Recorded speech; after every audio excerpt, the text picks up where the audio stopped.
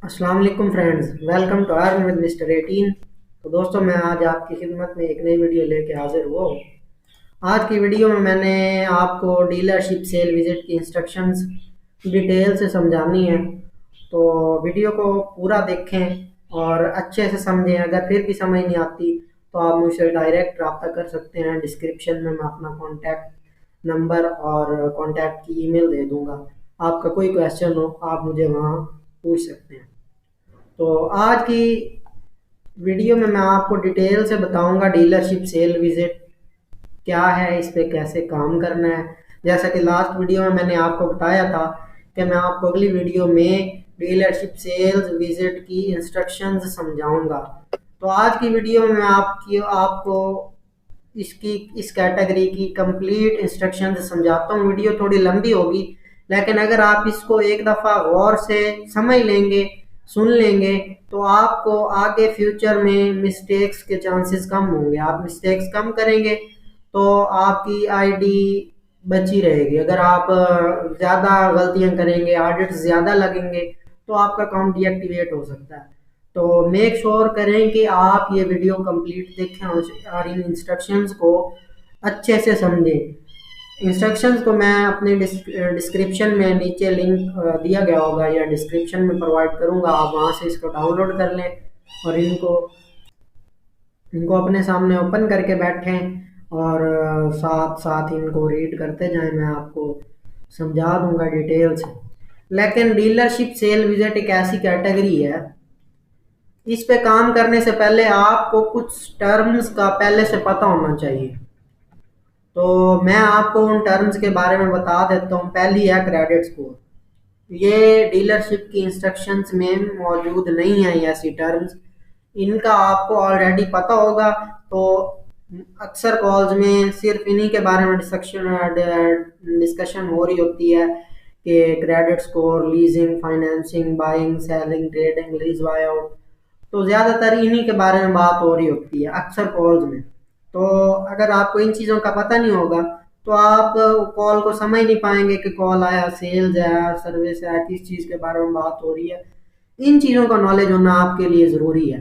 तो इनको मैं थोड़ा सा एक्सप्लेन कर देता हूँ ताकि आपको पता हो कि क्रेडिट स्कोर क्या होता है, लीजिंग क्या होती है, फाइनेंसिंग क्या होती है, बाइंग क्या होती है, लीज बाय आउट क्या होता है, ट्रेडिंग क्या होता है। ये सब कुछ आपको पता होना ज़रूरी है। ये डीलरशिप सेल विजिट की इंस्ट्रक्शंस में उन्होंने नहीं बताया हुआ।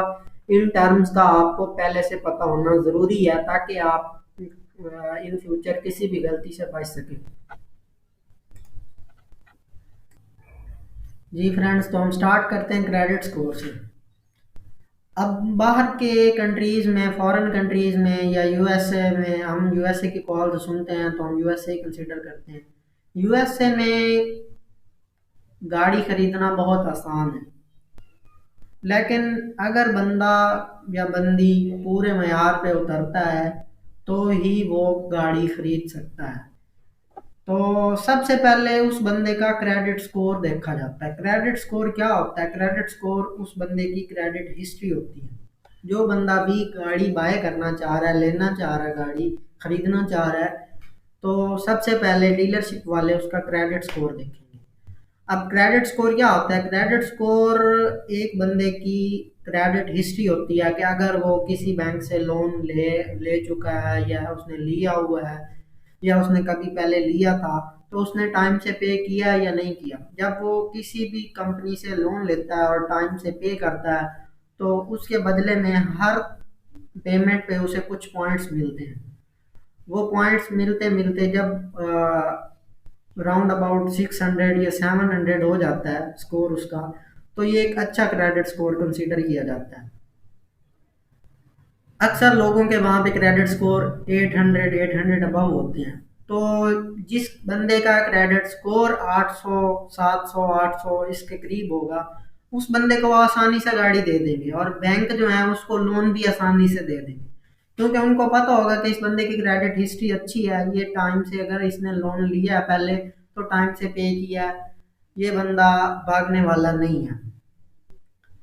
अब अगर जिस बंदे का क्रेडिट स्कोर कम हो, 400 हो, 500 हो, उसकी कोई भी वजह हो सकती है। या तो अभी वो क्रेडिट अपना बिल्ड कर रहा होता है, या उसने पिछली पेमेंट में डिले किया होता है, इस वजह से उसका क्रेडिट स्कोर डाउन होता है। तो उसके लिए भी गाड़ी लेने के कुछ तरीका कार हैं।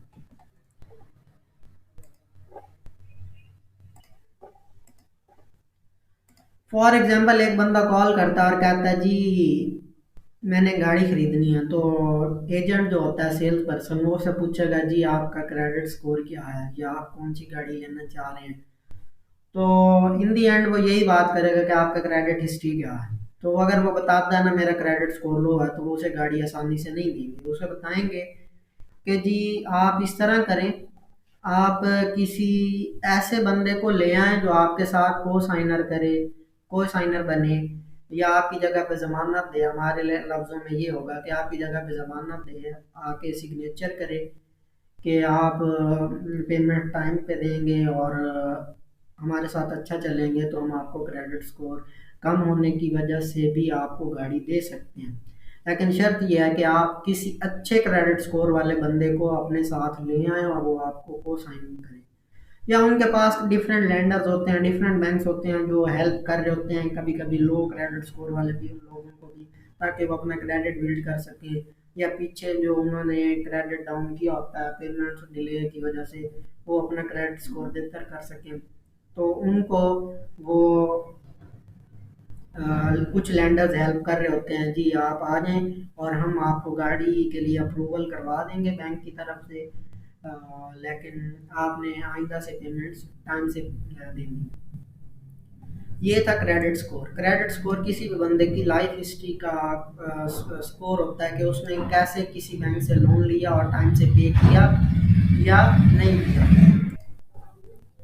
या फिर उसको सेल्स पर्सन ये भी कह सकता है कि अगर आपका क्रेडिट स्कोर डाउन है तो आप डाउन पेमेंट कर दें अच्छी खासी 10%, गाड़ी की जो भी कीमत है उसका 10% या 20% या $5,000 या 6,000 या 10,000 या 20% डाउन पेमेंट कर दें, तो आपको लोन अप्रूव करवा के दे सकते हैं और आपको गाड़ी दे सकते हैं। अगर आपका क्रेडिट स्कोर कम दिया है तो अगर आप अच्छी खासी डाउन पेमेंट करेंगे तो आपकी गाड़ी लेने में हेल्प कर सकते हैं। ये था क्रेडिट स्कोर। अब दूसरी टर्म जो सबसे ज़्यादा कॉल में सेल्स कॉल में यूज़ होती है वो है लीजिंग। लीजिंग और फाइनेंसिंग अक्सर लोग समझते हैं कि चीज़ है, लेकिन ये एक चीज़ नहीं है। लीजिंग और है, फाइनेंसिंग और है। पहले मैं आपको बता देता हूँ फाइनेंसिंग, क्योंकि ये अक्सर लोगों को पता होती है। फाइनेंसिंग फाइनेंसिंग ये होती है कि कोई भी बंदा जब गाड़ी लेना चाह रहा होता है या कुछ भी लेना चाह रहा होता है, घर लेना चाह रहा है, तो वो बैंक में जाता है और बैंक से लोन अप्रूवल करवाता है जी मैंने फलां चीज़ लेनी है तो मुझे लोन चाहिए।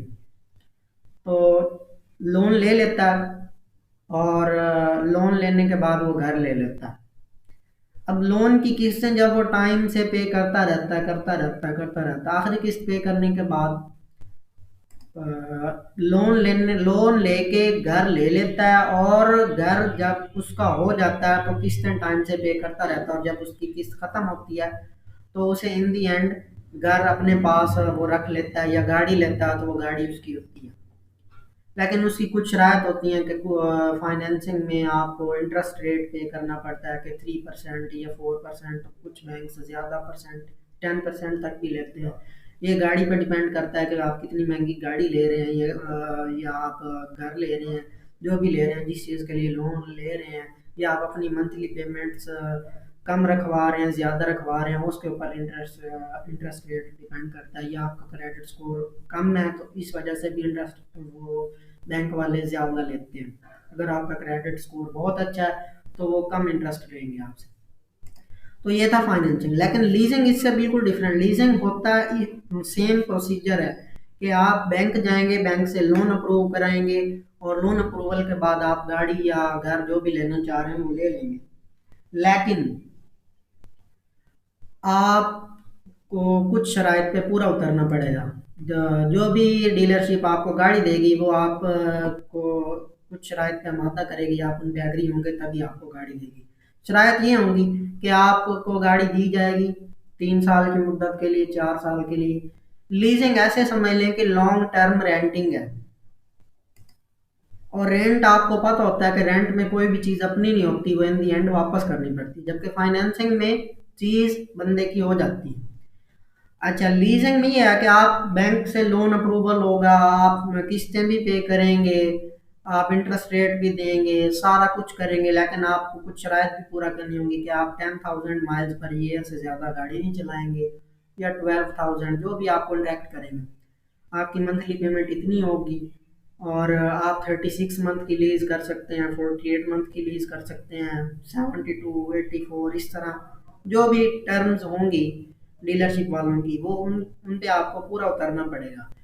और जब आप आखिरी पेमेंट करेंगे, या जब आपकी लीज का टाइम ख़त्म होगा, लीज का पीरियड 3 साल का, 5 साल का, जो भी है, तो इन दी एंड आपको गाड़ी वापस करना होगी उन पूरी शराइत के साथ कि आप 10,000 माइल्स के ऊपर नहीं जा रहे पर ईयर, गाड़ी की अच्छी मेंटेनेंस रखी हुई है। अगर आप माइल्स के ऊपर जाते हैं या ज़्यादा माइल्स चला लेते हैं, तो आपको पर माइलेज कुछ चार्ज पे करना होते हैं, उसके पैसे देने पड़ेंगे। तो ये है लीजिंग। लीजिंग में इन दी एंड आपको गाड़ी वापस करना होगी, जब आपकी लीज खत्म होगी, 3 साल की लीज थी तो खत्म हुई, तो आपको गाड़ी वापस करनी होगी, चाहे आप पैसे भी देते रहें, मंथली पेमेंट भी देते रहें, लेकिन गाड़ी आपकी नहीं होगी और आपको गाड़ी वापस करनी होगी। जबकि फाइनेंसिंग में बैंक आपको लोन देगा गाड़ी के लिए, आप लोन टाइम से किस्तें पे करते रहेंगे, लेकिन गाड़ी का जो टाइटल होगा वो बैंक अपने पास रख लेगा। और बैंक अपने पास तब तक रखेगा जब तक आप आखिरी पेमेंट नहीं कर देते। अब आखिरी पेमेंट करेंगे आप, उसके बाद जो गाड़ी का टाइटल है वो आपको आपके हवाले कर दिया जाएगा और गाड़ी आपकी हो जाएगी। जबकि लीजिंग में गाड़ी आपकी नहीं होती। लीजिंग है लॉन्ग टर्म रेंटिंग। अच्छा, कुछ बंदे कॉल करके गाड़ी 10 दिन के लिए रेंट पे लेना चाह रहे हैं, महीने के लिए, तो वो सेल्स कॉल कंसिडर नहीं होगी, लेकिन लीजिंग वाली कॉल सेल्स होती है। क्यों? क्योंकि इसमें डीलरशिप वालों को फायदा हो रहा है, फाइनेंसिंग में भी फायदा हो रहा है, रेंटिंग में कोई फायदा नहीं है। सेल्स नहीं कर, हम रेंट वाली गाड़ी को सेल्स कंसीडर नहीं कर सकते कि वो गाड़ी सेल होगी, ऐसा नहीं होता। लीज वाली गाड़ी 3-4 साल के लिए एक बंदे के पास चली गई तो वो सेल कंसीडर कर लेते हैं। बाइंग, कैश दे के। अच्छा, बाइंग के भी ये तरीका कार है कि बंदा गाड़ी फाइनेंस पे ले सकता है, लीज पे ले सकता है, या फिर अपनी पुरानी गाड़ी दे के नई गाड़ी ले सकता है, उसे बोलते हैं ट्रेड इन। ट्रेडिंग यानी अपनी पुरानी गाड़ी दे देना और नई गाड़ी ले लेना, उसको ट्रेडिंग बोलते हैं। गाड़ी सेल करना, किसी कोई बंदा कॉल करके कहता है जी मैं अपनी गाड़ी 2020 फोरनर है मेरे पास, वो मैं बेचना चाह रहा हूँ, तो ये भी कॉल सेल्स की होगी। ये सारी चीज़ें सेल्स कॉल्स में ये टर्म्स यूज़ होती हैं। आपको इनका आइडिया होगा तो ही आप इस कैटेगरी के कॉल्स को रिव्यू कर सकेंगे और आपको आसानी होगी। ट्रेड इन का पता चल गया कि आप अपनी पुरानी गाड़ी ट्रेड करके नई गाड़ी ले सकते हैं, और जो ऊपर आपको पैसे बनेंगे वो आपको पे करने होंगे, उसको आप फाइनेंस भी करवा सकते हैं, या नेट पेमेंट भी कर सकते हैं, या कैश के ज़रिए डायरेक्ट कोई भी गाड़ी लेना चाह रहे हैं तो वो भी ले सकते हैं। आखिरी टर्म है लीज बाय आउट। ये अक्सर कॉल्स में यूज़ होती है और इस पे अक्सर लोगों की गलतियां निकल रही होती हैं, और आगे भी बहुत ज़्यादा ज़्यादा इसी चीज़ पे लगते हैं कि लोगों को पता ही नहीं होता लीज बाय आउट क्या होती है। लीज बाय आउट, आपने एक गाड़ी ली लीज पे, मतलब क्या कि लॉन्ग टर्म रेंटिंग पे आप उसकी किस्तें पे कर रहे हैं टाइम से, और 10,000 माइल्स या 12,000 या जितना भी आपने उनके साथ कॉन्ट्रैक्ट किया था उससे ऊपर नहीं चला रहे, और आप 2 साल गाड़ी चलाते हैं या 1.5 साल चलाते हैं या साल चलाते हैं, और आपको गाड़ी अच्छी लगती है, यार मैं ये गाड़ी पेमेंट तो वैसे ही भर रहा हूँ तो मैं ये गाड़ी खरीदना चाह रहा हूँ, इससे बोलते हैं लीज बाय आउट। वो कहेंगे ठीक है आप गाड़ी ये खरीद सकते हैं, और लेकिन ये है कि आप इसको फाइनेंस करवा लें या इसकी पेमेंट जो भी है आप नेट पे करें, तो उसको बोलते हैं लीज बाय आउट। अब अगर कोई बंदा कहता है जी मेरे पास गाड़ी है लीज पे मैंने ली हुई है और I want to buy out my lease, तो ये कॉल भी सेल्स की कंसीडर होगी क्योंकि गाड़ी बिक रही है डीलरशिप वालों की। तो ये कुछ टर्म्स थी जो आपको पहले पता होनी चाहिए। इसके बारे में कोई भी क्वेश्चन हो तो आप मुझसे पूछ सकते हैं, कमेंट सेक्शन में भी आप कमेंट कर सकते हैं तो मैं आपको उसका जवाब दे दूंगा। तो अब आप इंस्ट्रक्शंस खोल लें, मैं भी साथ साथ आपको समझाता जाता हूँ, आप देखते जाएं। जहाँ पे आपको समझ नहीं आती है आप कमेंट सेक्शन में या डायरेक्ट मुझसे रब्ता करके पूछ सकते हैं। चलते हैं जी इंस्ट्रक्शंस की तरफ। ये डीलरशिप सेल विजिट, जी ये है कैटेगरी इंस्ट्रक्शंस। जी तो ये वो इंस्ट्रक्शंस हैं जिनको आप एक दफ़ा पढ़ लें, और मैं आपको डिटेल से समझा देता हूँ कि आप इन इंस्ट्रक्शन को पढ़ के फिर ही इस काबिल होंगे कि आप इन 5 ऑप्शंस में से एक को सिलेक्ट कर सकेंगे। कि आपको ये इंस्ट्रक्शन जब आप पढ़ लेंगे तो आपको आइडिया हो जाएगा कि कब आपने इस कॉल के लिए या जो भी कॉल आप सुनेंगे उसके लिए आपने स्पेसिफिक टाइम को सिलेक्ट करना है, या ये वाला ऑप्शन सिलेक्ट करना है, या ये वाला सिलेक्ट करना है। ये तो हिमनेटिक में एक तो अब आजकल ये मसला है कि अब गलती की कोई गुंजाइश ही नहीं रही। अब अगर आप कॉल सुनते हैं और बगैर इंस्ट्रक्शन पढ़े आप ऐसे तुक्के लगा के ये सबमिट कर देते हैं, इस तरह सेलेक्ट करके सबमिट करेंगे, तो आपकी कॉल गलत मार्क होगी। और जब आपकी कॉल गलत मार्क हो जाएगी, और अक्सर कॉल्स उन्होंने वेट कॉल डाली होती हैं, ऐसी कॉल्स जिनमें उन्होंने पहले से एल्गोरिथम लगा के सिलेक्शन की होती है, अगर आपने उस कॉल को सही तरीके से ना सुना और आपने उसको ऐसे सबमिट कर दिया बिना सुने या ऐसे तुक्का लगा दिया, और उसकी अगर वो वेट कॉल हुई तो आपका अकाउंट फौरन डीएक्टिवेट हो जाएगा। तो आप इन इंस्ट्रक्शंस को अच्छे से समझ लें ताकि आप जो भी कॉल सुने उसकी सही सिलेक्शन कर पाएँ। जी तो इंस्ट्रक्शन स्टार्ट करते हैं, आप लोग भी इंस्ट्रक्शंस को खोल लें।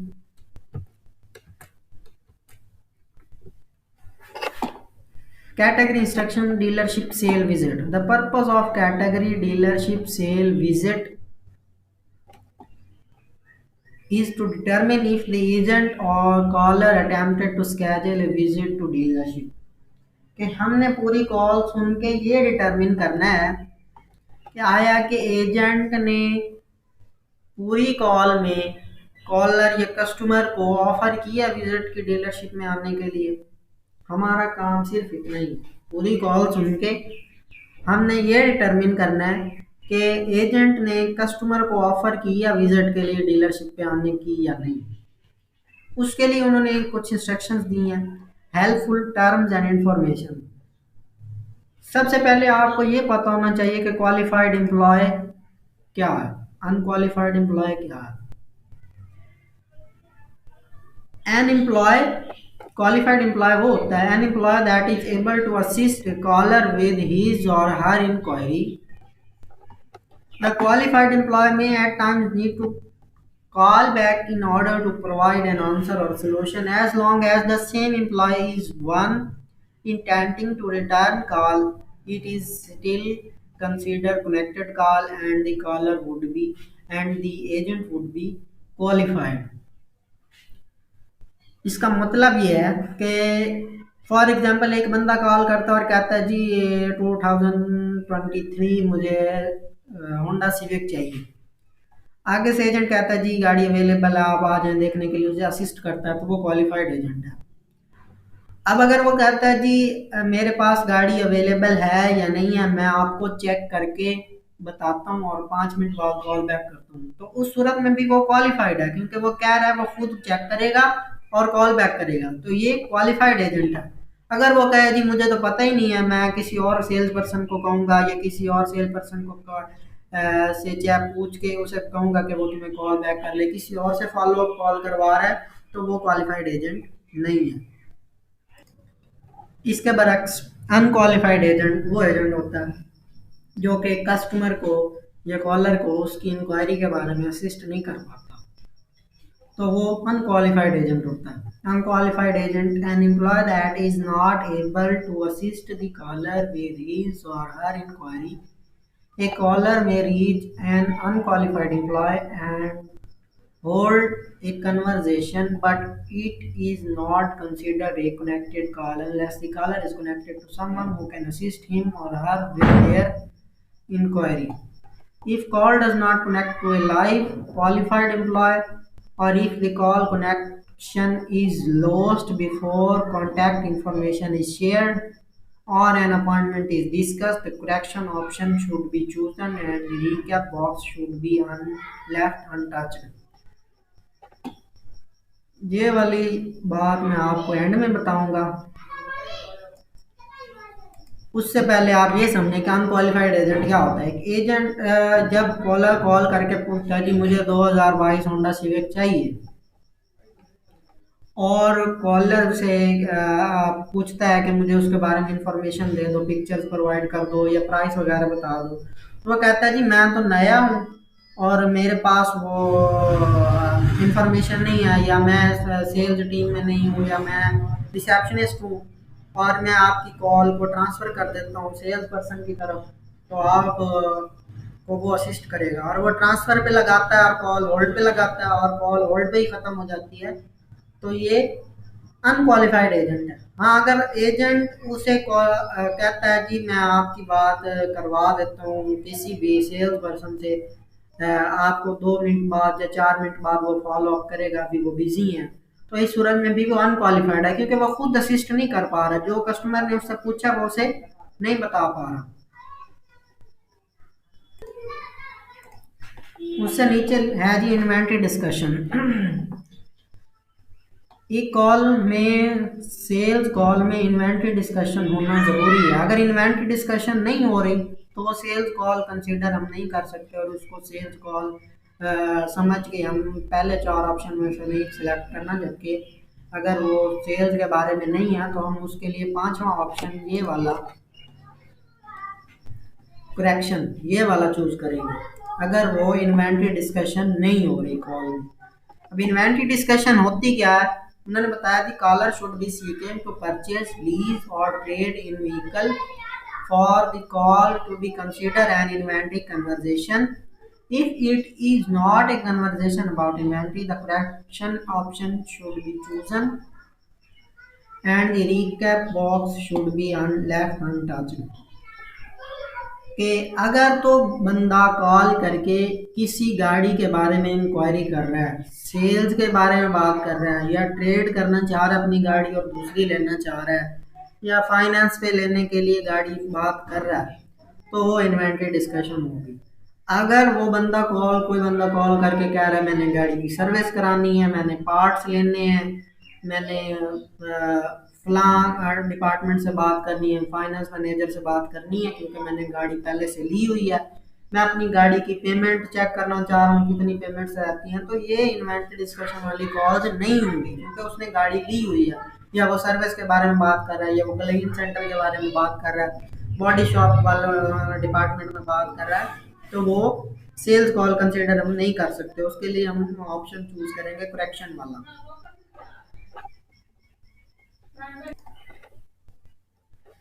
जी, इन्वेंटरी डिस्कशन की आपको समझ आ गई कि अगर गाड़ी की सेल परचेज, ट्रेड इन या बाइंग सेलिंग के बारे में बात हो रही है तो वो इन्वेंटरी डिस्कशन होगी। किसी और चीज़ के रिलेटेड बात हो रही है, अगर सर्विस के रिलेटेड हो रही है, या कस्टमर कह रहा है कि उसने गाड़ी ऑलरेडी बाय की हुई है, तो वो सेल कॉल नहीं होगी, वो इन्वेंटरी डिस्कशन नहीं होगी और उसको हम करेक्शन वाले ऑप्शन में डालेंगे।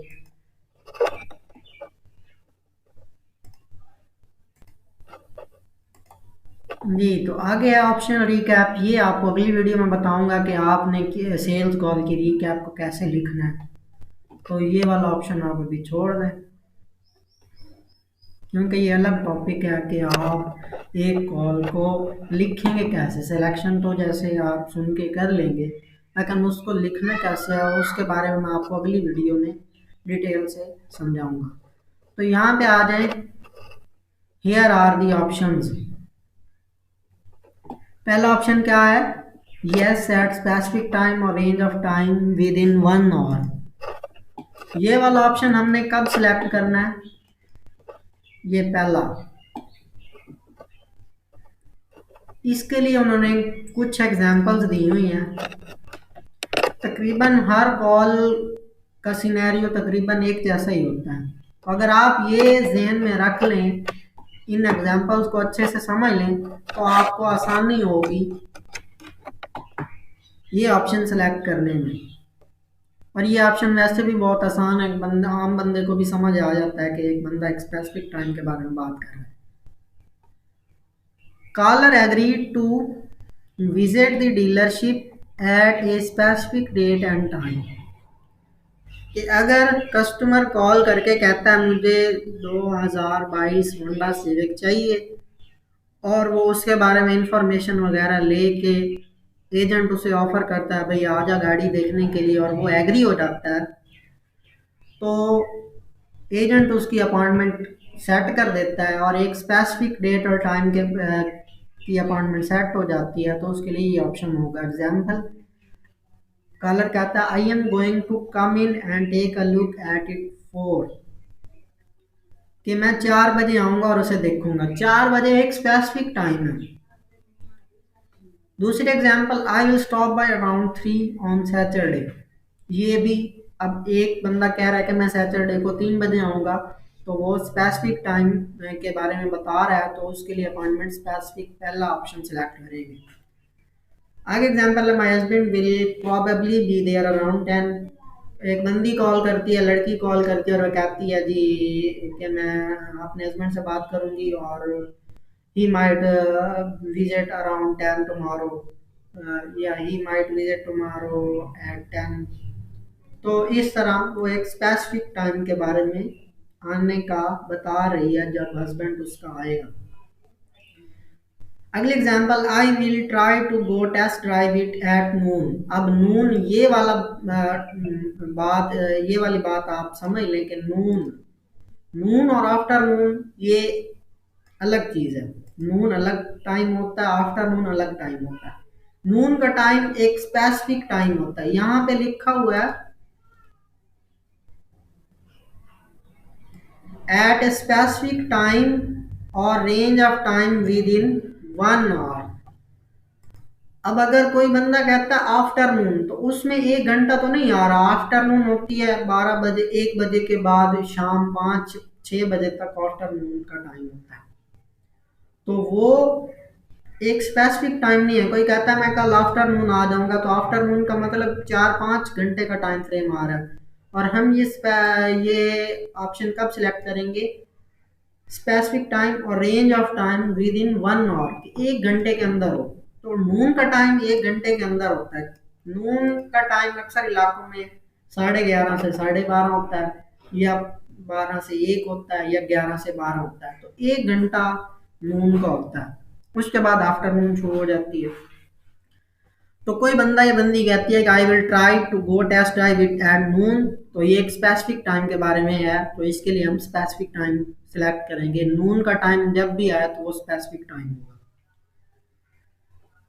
अगली example, I am on my way right now and I will be there in just a few minutes. कोई बंदा कहता है जी मैं गाड़ी देखने आ रहा हूँ और मैं रास्ते में ही हूँ और कुछ मिनट में पहुंच जाऊंगा। अब कुछ मिनट 1 घंटे के अंदर अंदर टाइम फ्रेम आ रहा है, तो ये स्पेसिफिक टाइम की अपॉइंटमेंट होगी। Caller has estimated an amount of time it will take for him or her to arrive and it falls within 1 hour range. तो इसमें कोई रॉकेट साइंस नहीं है, सीधी सीधी बात है। वो बंदा कहता है मैं कुछ ही मिनट में पहुंच जाऊंगा, तो कुछ मिनट जो है वो 1 घंटे के अंदर अंदर होते हैं, तो वो स्पेसिफिक टाइम में डालेंगे। हाँ, अगर कॉलर कहता है I am on my way right now and I will be there shortly, time नहीं बताता, या कह देता I am on my way right now and I will see you soon, तो ये स्पेसिफिक टाइम में हम नहीं डाल सकते। अगली example, I will come down in 30 minutes if it's still on the lot agent I will check and call you right back. अच्छा, ये वाली समझे एग्जांपल का। अगर कॉल का सिनेरियो ये है कि कस्टमर कॉल करके पूछता है फलां गाड़ी है, और एजेंट कहता है मुझे चेक करने दो और फिर मैं आपको बताता हूँ, लेकिन साथ ही कस्टमर ये कह देता आई will come down in 30 minutes if it is still on the lot. अब वो बाद की बात है कि एजेंट उसे चेक करके बाद में बताएगा, ना बताए कितनी देर में बताएगा, गाड़ी हो ना हो वो बात की बात है। कस्टमर ने कह दिया आई will come down in 30 minutes, तो ये स्पेसिफिक टाइम की अपॉइंटमेंट होगी, क्योंकि हमने पॉसिबिलिटी को कंसीडर करना है कि अगर गाड़ी हुई तो वो 30 मिनट में आ जाएगा। तो ये पॉसिबिलिटी है विजिट की। अगर विजिट की पॉसिबिलिटी भी हो तो भी हम उसको अपॉइंटमेंट कंसीडर करेंगे। तो ये स्पेसिफिक टाइम की अपॉइंटमेंट कंसीडर होगी। आगे है caller agree to a visit within a one or range of time. Example, या I will be there about half an hour आधा घंटा होता है, 30 मिनट, इसको स्पेसिफिक टाइम कंसीडर करेंगे। अगली एग्जाम्पल है या I will be there in 45 to 60 minutes, ये भी विद इन 1 आवर रेंज की अपॉइंटमेंट है, तो ये भी स्पेसिफिक होगी। आगे है caller agree to a visit for a loose time but agent set it for a firm time. Example, I can probably be there between 6 and 8. Okay, I will put you down for 7 then. इस call का scenario ये है कि customer कहता है कि मैं 6 से 8 बजे के दरमियान में आ जाऊंगा, तो एजेंट उसे क्या देता है, मैं आपकी अपॉइंटमेंट 7 बजे की डाल रहा हूँ, आप जब मर्जी आ जाना। तो अगर अपॉइंटमेंट एजेंट जबरदस्ती सेट कर दे तो उसको भी स्पेसिफिक अपॉइंटमेंट कंसीडर किया जाएगा। अक्सर कॉल्स में ऐसा होता है कि कस्टमर कहता है जी मुझे पता नहीं मैं कब आऊँ, आज शाम को आ जाऊँ या कल सुबह आ जाऊँ या दोपहर टाइम आ जाऊँ, मुझे पता नहीं है लेकिन मैं आऊँगा सही। तो अक्सर एजेंट जो है वो अपॉइंटमेंट सेट कर देते हैं, वो उसे कहेगा जी मैं आपकी अपॉइंटमेंट 3 बजे की डाल रहा हूँ, आप चाहे शाम में आ जाना या दोपहर में आ जाना, जब मर्जी आ जाना, मैं आपकी अपॉइंटमेंट 3 बजे की सेट कर रहा हूँ। इस सूरत में भी वो स्पेसिफिक टाइम अपॉइंटमेंट कंसीडर होगी। A caller is an unscheduled walk-in who is already on the lot.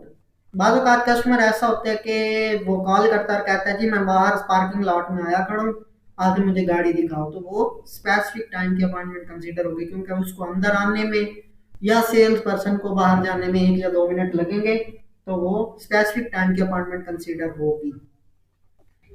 दूसरा ऑप्शन है yes at a loose time or range of time exceeding 1 hour. ये वाला ऑप्शन हमने कब सिलेक्ट करना है, उसके लिए उन्होंने कुछ एग्जांपल्स दी हुई हैं। Caller agreed to a visit for a soft date and time. Example, I will stop by some time today. दूसरा एग्जांपल है I my wife will go there Saturday. अब ये दोनों एग्जांपल्स में टाइम नहीं बता रहे, ऐसे ही टुडे टुडे जब मर्जी आ जाए, सुबह आए शाम आए दोपहर को जब मर्जी आ जाए, तो ये लूज टाइम है। अगली example my wife will go there Saturday, Saturday का कोई टाइम उन्होंने स्पेसिफिक नहीं बताया, तो ये लूज टाइम है। तीसरी example I might be there to test drive it this evening. अब दिस इवनिंग ये भी लूज टाइम है, इवनिंग 7 बजे आ जाए, 8 बजे आ जाए, 9 बजे आ जाए, डीलरशिप 9-10 बजे तक खुली रहती है, तो हम इसको सपोज नहीं कर सकते कि वो इवनिंग को 6 बजे आएगा या 7 बजे। किसी भी कॉल को, किसी भी डिटेल्स को अपनी तरफ से हम सपोज नहीं कर सकते, पूरी कॉल को सुन के उसी हिसाब से हमने सिलेक्शन करनी है, जो कॉल में डिस्कशन हो, जो कन्वर्जेशन में डिस्कशन हो रही है उसी हिसाब से हमने सिलेक्शन करनी है, हम सपोज अपनी तरफ से कुछ भी नहीं कर सकते। अगली example, I get of work 5 and I will come by after that. अब एक बंदा है वो कहता है जी फलां गाड़ी है, आगे से एजेंट उसे बता देता है जी आप आ जाएं देखने के लिए, वो कहता है I get of work 5 and I will come by after that, कि मैं 5 बजे काम से फारिग होता हूँ उसके बाद आ जाऊँगा। अब हम ये सपोज नहीं कर सकते कि वो करीब ही रहता है, करीब ही काम करता है, उसे आने में 10 मिनट लगेंगे, वो डीलरशिप के पास ही काम करता है, या वो 6 बजे आ जाएगा, ये 5:30 आ जाएगा, हम ये सपोज नहीं कर सकते। उसने कहा है कि वो 5 बजे फारिग होता है काम से, उसके बाद आ जाएगा। अब वो चाहे 6 बजे आए, 7 बजे आए, 8 बजे आए, हम सपोज नहीं कर सकते, तो ये लूज टाइम कंसिडर करेंगे। हाँ, अगर वो कहता है जी मैं 5 बजे काम से फारिग होता हूँ, आई will gate of work 5 and I will come by around 6, तो फिर तो हम स्पेसिफिक कर सकते हैं। वो कह रहा है अराउंड 6 आ जाऊँगा, अराउंड 6 एक स्पेसिफिक टाइम है। अराउंड 6 या तो 5:45 हो सकते हैं या 6:15 हो सकते हैं। अब 6:30 या 5:30 अराउंड 6 कंसिडर नहीं हो सकते। तो अगर वो कहता है मैं 5 बजे काम से फारिग होता हूँ and I will be there around 6, तो वो स्पेसिफिक टाइम की अपॉइंटमेंट होगी। हाँ, अगर वो कहता है मैं 5 बजे काम से फारिग होता हूँ उसके बाद आ जाऊँगा, तो ये लूज टाइम है। अगली example, I will get there some time before 3। अब some time before 3 represents any time leading up to 3, कि 3 बजे से पहले का मतलब ये है कि वो 12 बजे भी आ सकता है, सुबह 9 बजे भी आ सकता है, क्योंकि सुबह 9 बजे भी बिफोर 3 होता है, तो ये लूज टाइम कंसिडर होगा। Example, I am heading your way now. सिर्फ इतना क्या देता है customer, I am heading your way now, मैं आपकी जाने बाहर हूँ। तो हम अब इसको सपोज नहीं कर सकते कि वो डीलरशिप के करीब है, साथ वाले डीलरशिप पे खड़ा है, ये साथ वाली गली में रहता है, या 5 मिनट की मुसाफत है, या उसे आने में 10 मिनट लगेंगे, हम सपोज नहीं कर सकते। Unless the caller specifies how long it will take for him or her to arrive we can not assume this information and it can not be assume that it will fall within 1 hour range. ठीक है, हम अपनी तरफ से suppose नहीं कर सकते कि वो 1 घंटे में आएगा। आई am heading your way now, तो हम इसको लूज टाइम में ही कंसीडर करेंगे, चाहे वो 5 मिनट में ही आ जाए, क्योंकि हम अपनी तरफ से सपोज नहीं कर सकते। हाँ, अगर वो कह देता है I am heading your way now and I will be there in 20 minutes या I will be there in few minutes, तो वो स्पेसिफिक टाइम की अपॉइंटमेंट होगी। Caller agreed to visit the dealership, but the caller approximated a time frame that is longer than 1 hour range. इसकी example I will be there tonight between 7 and 9। अब वो कहता है मैं 7 और 9 बजे के दरमियान आ जाऊंगा, अब 2 घंटे का टाइम फ्रेम आ गया, तो ये लूज टाइम होगी। कॉलर से ही और she will be coming in to take a look but did not specify when. Caller कहता है आई विल कम बाय, मैं आ जाऊंगा, अब वो ये नहीं बताता कब आएगा, लेकिन उसने आना है, तो ये लूज टाइम है। अगली example I will try and stop by soon, मैं आऊंगा, जल्द कोशिश करूंगा और आ जाऊंगा, तो ये भी लूज टाइम है। ये मोस्ट इंपॉर्टेंट सिनेरियो अब आ रहा है कि कॉल में कॉलर का इंटेंट और इंटरेस्ट हमने देखना होता है।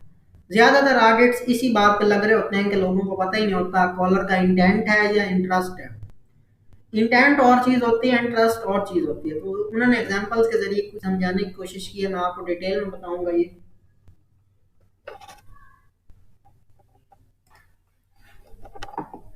अब इस इन एग्जांपल्स में कॉलर का इंटेंट शो कराया गया कि कॉलर इंटेंट शो कर रहा है विजिट का। अब इंटेंट जिस कॉल में भी कॉलर का होगा वो हम लूज टाइम के लिए उस कॉल को अपॉइंटमेंट को कंसीडर करेंगे। In each of the following example, हाँ ये caller express intent to visit the dealership even if follow up information is needed first, कि वो आने का इरादा जाहिर करता है लेकिन उससे आने से पहले कुछ इंफॉर्मेशन चाहिए। इन each of the examples you can identify both the caller's interest and intent to visit dealership. All of these examples show caller's clear intent to visit.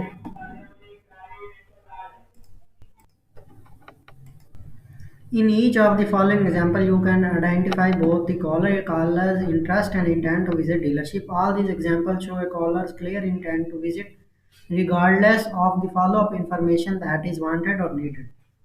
In examples में आप क्लियरली समझ सकते हैं कि कॉलर का interest है या intent है। उनका उसका इंटेंट होता है क्लियर विजिट का, लेकिन आने से पहले उसको कुछ इंफॉर्मेशन चाहिए होती है। Example I am going to come down this weekend but before I do will you send me some additional pictures of that truck. कि वो कह रहा है कि उसे आना है इस हफ्ते इस वीकेंड पे, लेकिन आने से पहले वो कुछ तस्वीरें मांग रहा है, तो ये लूज टाइम की अपॉइंटमेंट है। अगले example, if you can get your manager to bring that price down I will come in tonight. अक्सर ऐसा होता है कि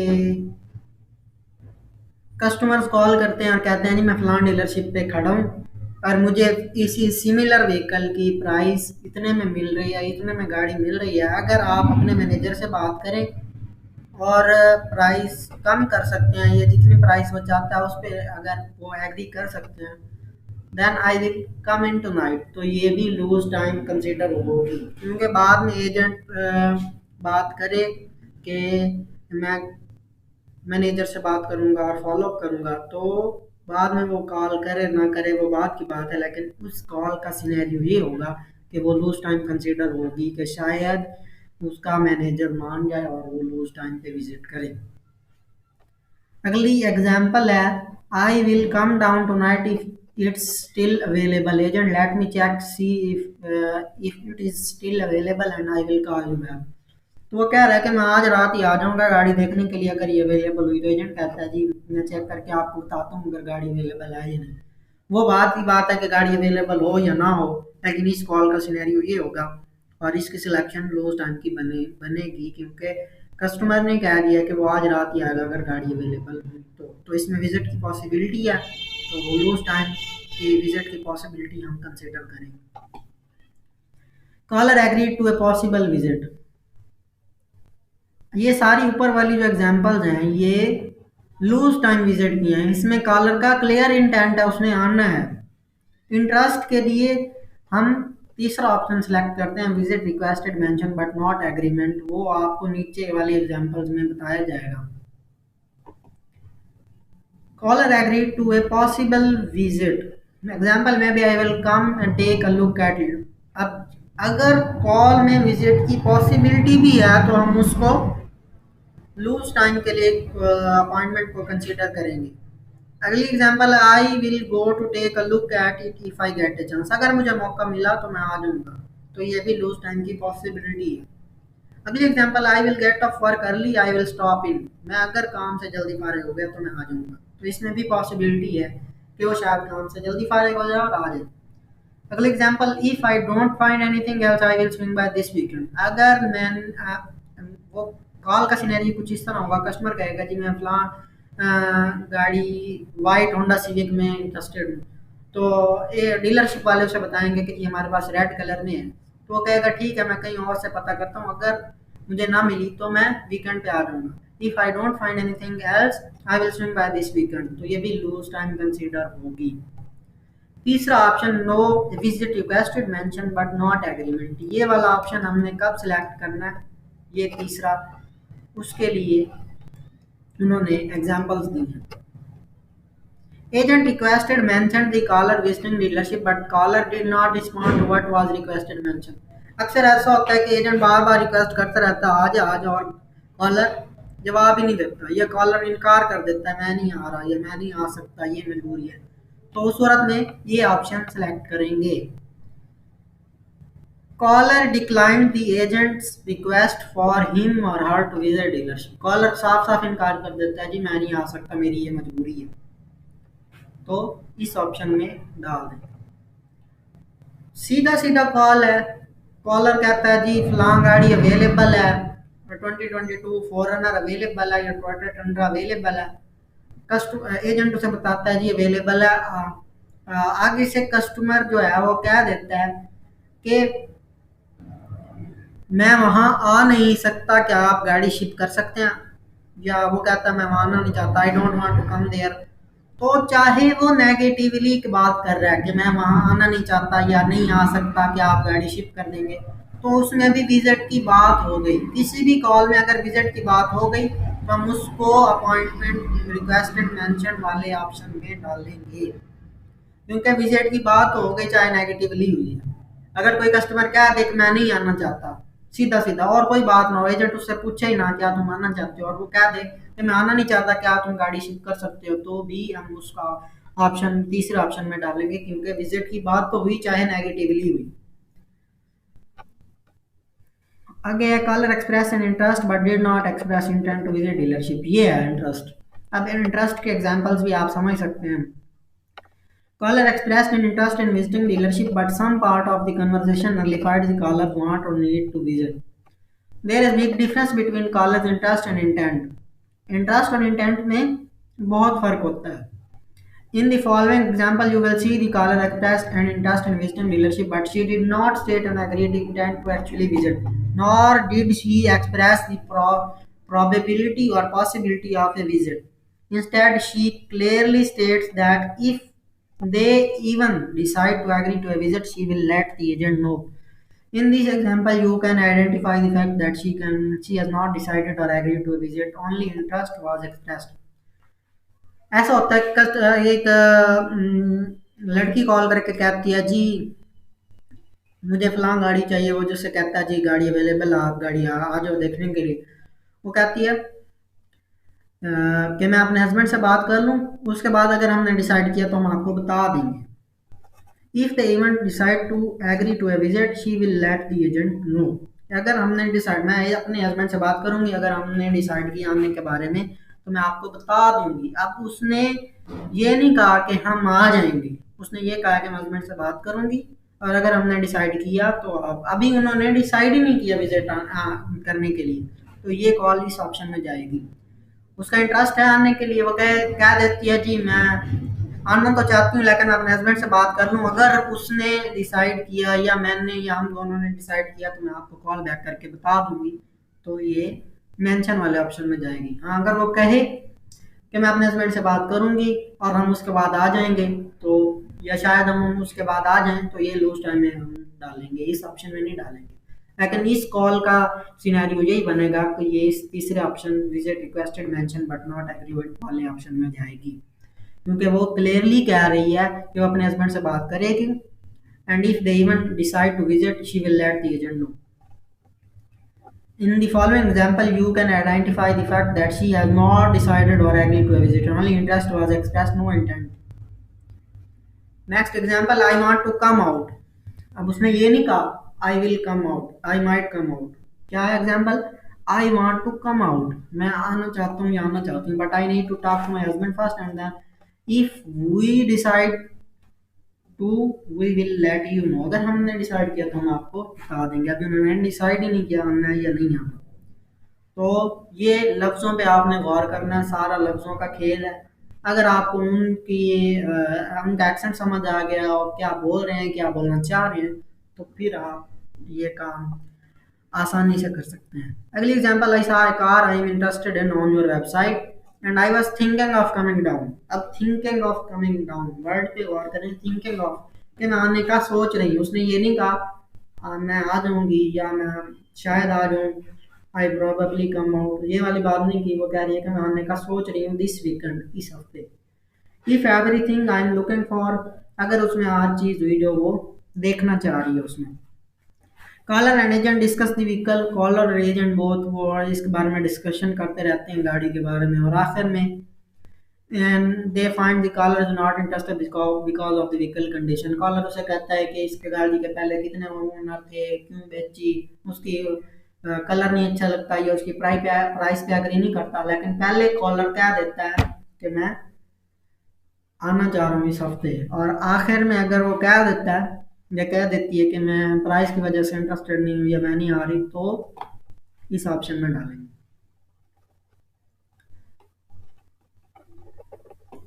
And they find the caller is not interested because of the vehicle condition, no further information discussed, and no visit agreed to since it is no longer needed or wanted. अगली example है, I saw a car I am interested in on your website and I was thinking of coming down this weekend. If it has everything I am looking for, caller and agent discuss। ये कोई example उन्होंने repeat की हुई है।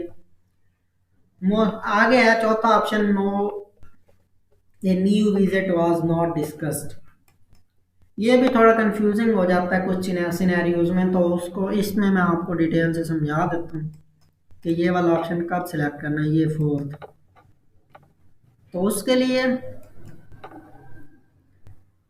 Instruction दी हुई हैं उन्होंने। Caller represents an inventory sales opportunity but no visit to dealership was requested mention.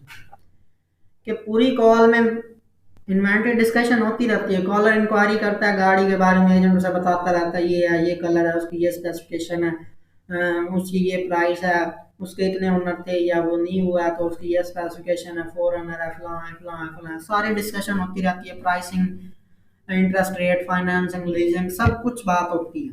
Inventory discussion complete हो रही है, लेकिन ना एजेंट उसे कहता है आ जाओ गाड़ी देखने के लिए, ना कॉलर खुद से कहता है कि मैं आ जाऊंगा या मैं नहीं आ सकता, तो चौथे ऑप्शन में डालेंगे no any visit was not discuss, के विजिट के बारे में बात ही नहीं हुई। आगे, agent ask the caller location but no visit to dealership was requested mention. अब कुछ कॉल्स में ऐसा होगा, कस्टमर कॉल करके कहता है जी मुझे निसान पाथफाइंडर चाहिए 2022 या 2020, तो आगे से एजेंट कहता है जी गाड़ी अवेलेबल है, और एजेंट उससे पूछ लेता है आप कहाँ रहते हो, और उसके बाद उसे प्राइसिंग श्राइसिंग बता के सारा कुछ बता के कॉल खत्म हो जाती है। विजिट की कोई बात नहीं होती, तो हम इस ऑप्शन में डालेंगे, क्योंकि agent asked the caller location, उसने सिर्फ लोकेशन पूछी, उसने ये नहीं कहा कि गाड़ी आ जाओ देखने के लिए, उसने सिर्फ उससे पूछा कॉलर से कि आप कहाँ पे रहते हो। हाँ, अगर वो कहता कि आप कहाँ पे रहते हो, वो कहता है जी मैं साथ वाले इलाके में रहता हूँ या साथ वाली गली में रहता हूँ, तो उसे आगे ऑफर करता है जी आ जाओ देखने के लिए, तो फिर ये ऑप्शन हम सेलेक्ट नहीं कर सकते। हाँ, अगर सिर्फ वो सिंपल ये पूछता आप कहाँ पे रहते हो और वो कहता है जी मैं आउट ऑफ स्टेट रहता हूँ, और आगे विजिट के बारे में कोई बात नहीं होती, तो ये ऑप्शन सिलेक्ट करेंगे। Next, caller mentions he lives out of state and no visit. हाँ, कॉलर खुद से बता देता है, कॉलर गाड़ी के बारे में इंक्वायरी करता है और उसके बारे में खुद उसके बाद खुद ही बता देता है मैं आउट ऑफ स्टेट रहता हूँ। तो आप इस गाड़ी के बारे में बता दें कि आप मुझे बेचना चाह रहे हैं, नहीं बेचना चाह रहे, लेकिन विजिट की कोई बात नहीं करता। ना ही एजेंट उसे कहता है कि आप गाड़ी देखने के लिए आ रहे हो, आ जाओ, या गाड़ी पिकअप करने के लिए आ जाओ। तो इस ऑप्शन में डालेंगे। आगे, caller ask about delivery and shipping but no visit to dealership was requested mention. तो डिलीवरी और शिपिंग के बारे में बात करता है। कॉलर कहता है कि आप गाड़ी डिलीवर करेंगे या शिप कर सकते हैं, तो उसे कहता है जी हम गाड़ी डिलीवर करेंगे या नहीं डिलीवर कर सकते, तो इस ऑप्शन में। हाँ, अगर एजेंट कह दे कि हम डिलीवरी नहीं करते या शिपिंग नहीं करते, आपको गाड़ी पिकअप करने के लिए यहाँ आना पड़ेगा, या you have to fly in here to pick up the vehicle, या you have to come here, you have, इस तरह की कोई भी बात हो तो विजिट की बात हो गई, इस ऑप्शन में हम नहीं डाल सकते। हाँ, सिंपल बात होती है डिलीवरी और शिपिंग की, लेकिन विजिट की कोई बात नहीं होती ना एजेंट की जानिब से ना कस्टमर की जानिब से, तो इस ऑप्शन में डालेंगे। ये है जी मोस्ट इंपॉर्टेंट सिनेरियो, जिसकी वजह से अक्सर कॉल्स गलत होती हैं और एजेंट्स को समझ नहीं आ रही होती कि हमने क्या सिलेक्ट करना है और क्या नहीं करना, और ऑडिट्स आ रहे होते हैं, गलतियां निकल रही होती हैं। तो ये caller clearly mention that he और she already has an existing visit schedule and he और she is now calling to discuss additional details or reschedule the upcoming appointment. अब एक बंदा है या बंदी है, वो कॉल करके कहती है जी मेरी अपॉइंटमेंट 9 बजे की सेट हुई है। अब मैं कॉल कर इसलिए कर रही हूँ कि मुझे ना कुछ और इन्फो लेनी है गाड़ी के बारे में। ये वो कह देती है मेरी आज शाम 4 बजे की अपॉइंटमेंट है, लेकिन मैं 4 बजे आ नहीं सकती, क्या आप उस अपॉइंटमेंट को कल सेट कर सकते हैं, तो ये भी उसकी ऑलरेडी अपॉइंटमेंट है। अब आप कैटेगरी का नाम देख रहे हैं, इस सिलेक्शन ऑप्शन का नाम देख रहे हैं, no new visit was not discussed. अब जिस बंदे या बंदे की अपॉइंटमेंट पहले से होगी उसको हम इस ऑप्शन में डालेंगे, क्योंकि उसके अपॉइंटमेंट पहले से है। न्यू विजिट की बात नहीं कर रहे। न्यू विजिट उसी सूरत में होगा कि जब बंदा या बंदी कहे कि मेरी आज अपॉइंटमेंट 8 बजे की थी और मैं सोया रहा या किसी भी वजह से मेरी अपॉइंटमेंट मिस हो गई है, अब मैं आना चाह रहा हूँ, तो क्या मुझे अपॉइंटमेंट मिल सकती है, तो वो न्यू अपॉइंटमेंट कंसीडर होगी। वो ऊपर वाले किसी भी ऑप्शन के में हम डालेंगे, इस ऑप्शन में नहीं डाल सकते, इस सूरत में कि वो क्लियरली मेंशन करे कॉलर कि उसकी अपॉइंटमेंट इतने बजे की थी और वो मिस हो गई है, अब वो न्यू अपॉइंटमेंट के लिए कॉल कर रहा है। हाँ, अगर वो बताया कि उसकी अपॉइंटमेंट है और वो अब एडिशनल डिटेल्स लेने के लिए कॉल कर रहा है, या वो कह रहा है कि मैं आज आ नहीं सकता कल आऊँगा, तो इस वजह से तो उसको इस ऑप्शन में डालेंगे। For it to be considered an existing appointment, the caller should clearly indicate that he or she already has an existing visit schedule. अक्सर कॉल में ऐसा होता है कि हमें ऐसा लगेगा कि इस बंदे की अपॉइंटमेंट है, ऑलरेडी है, लेकिन हम सपोज नहीं कर सकते जब तक कि वो खुद अपने मुंह से बता ना दे कि उसकी अपॉइंटमेंट है। जैसे कि फॉर एग्जांपल वो कहता है I am coming today to see a vehicle. अब हम सपोज भी कर सकते हैं कि जी वो शायद उसकी अपॉइंटमेंट पहले हो, इस वजह से वो डायरेक्ट यही बात कर रखा है I am coming to see the vehicle, लेकिन नहीं, अगर वो जब तक ये ना कहे कि I am coming to see the vehicle, I have an appointment set already, या I have an appointment with my sale person, तो फिर होगा इस ऑप्शन में। अगर वो सिंपल कहता है I am coming to see a vehicle, तो वो न्यू विजिट ही कंसिडर होगा।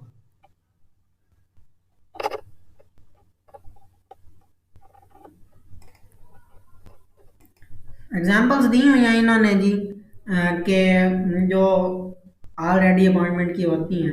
Example, I have an appointment set for 1 PM today but I was wondering if you could give me a few more details about that call, कि मेरी appointment है, उसने clear बता दिया, तो इस ऑप्शन में डाल देंगे। Example, I am scheduled to come down this afternoon but I have few more question before I test drive the call.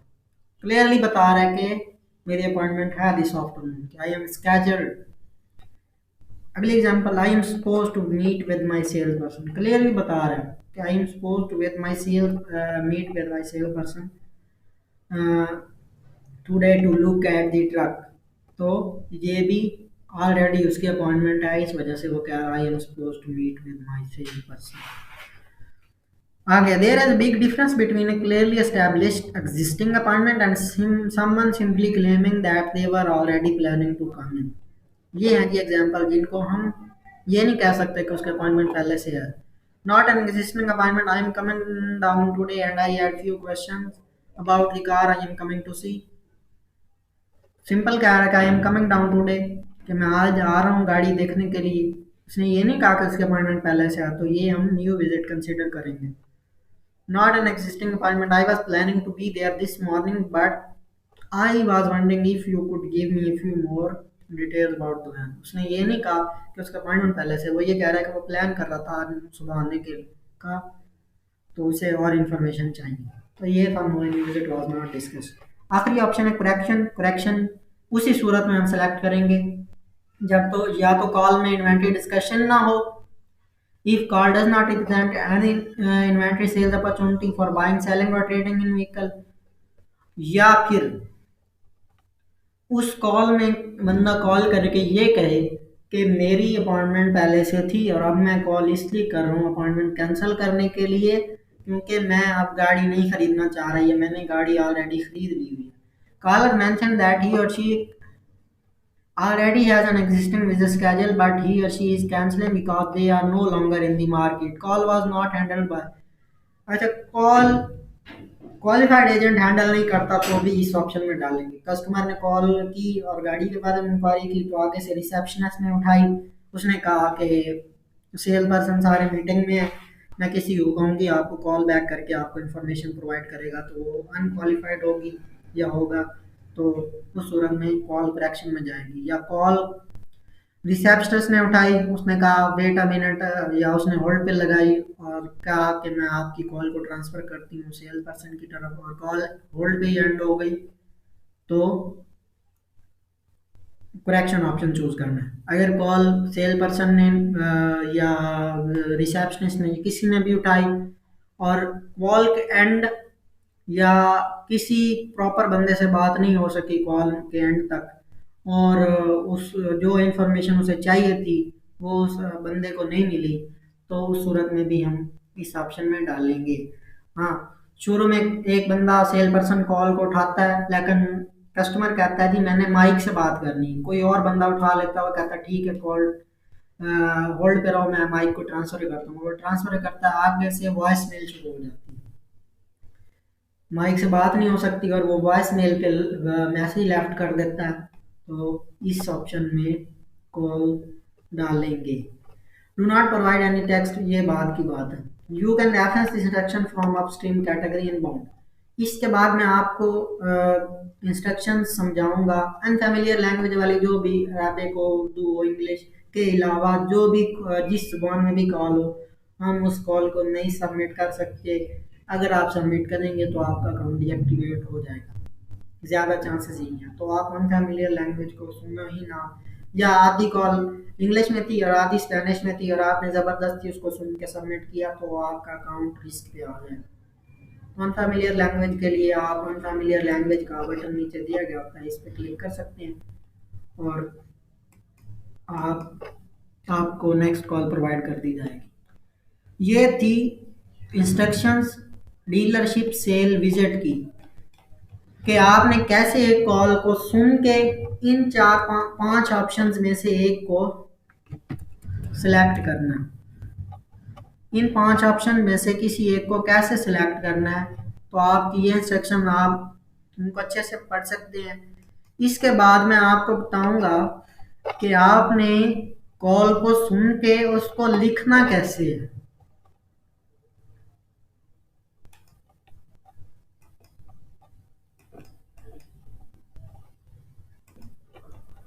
जिस तरह ये कॉल है, इसी तरह की कॉल होती है लिखने वाली भी, उसमें ऐसे ऑप्शन भी सिलेक्ट करने होते हैं। नीचे यहाँ पे एक बॉक्स दिया जाता है, यहाँ पे उस बॉक्स में कॉल को जो जो हमने सुना है वो लिखना भी होता है। तो उसका रेट भी डिफरेंट होता है, उसके पैसे भी ज़्यादा मिलते हैं क्योंकि हम कॉल सुन भी रहे हैं और लिख भी रहे हैं और सिलेक्शन भी कर रहे हैं। तो सबसे बेस्ट कैटेगरी, सबसे ज़्यादा अर्निंग करने के लिए जो कैटेगरी ज़्यादातर एजेंट्स इस्तेमाल करते हैं वो यही है कि आप कॉल को सुन भी रहे हैं, लिख भी रहे हैं और सिलेक्शन भी कर रहे हैं। तो अगली वीडियो में मैं आपको बताऊंगा कि आपने एक कॉल को सुनना कैसे है और सुन के सिलेक्शन कैसे करनी है और साथ में लिखना कैसे है। सुनने के लिए मैंने बता दिया कि आपने सुन के सिलेक्शन ऐसे करनी है। कुछ कॉल्स ऐसी आ रही होती हैं खाली जिसमें रिकैप बॉक्स नहीं प्रोवाइड किया जाता, कुछ कॉल्स में रिकैप बॉक्स प्रोवाइड किया जाता है, उसमें आपने लिखना भी होता है। ऑप्शनल होता है, आप लिखें या ना लिखें वो आपकी मर्जी होती है, लेकिन अगर आप लिखेंगे तो उसके पैसे ज़्यादा मिलेंगे। तो वो मैं आपको अगली वीडियो में डिटेल से समझाऊंगा कि आपने एक कॉल को लिखना कैसे है। आज की वीडियो में इतना ही। मैंने काफ़ी मेहनत करके ये वीडियो बनाई और कोशिश की है कि हर पॉइंट को डिटेल से समझा दूँ। आप लोगों से सिर्फ इतनी रिक्वेस्ट है कि आप इस वीडियो को ज़्यादा से ज़्यादा शेयर करें ताकि और भी बहुत सारे लोगों का फ़ायदा हो सके और घर में बैठे वो भी काम कर सकें। और इंशाल्लाह अगली वीडियो में मैं आपको कॉल लिखना सिखा दूँगा। आपसे रिक्वेस्ट है कि आप चैनल सब्सक्राइब कर दें और वीडियो को ज़्यादा से ज़्यादा शेयर करें।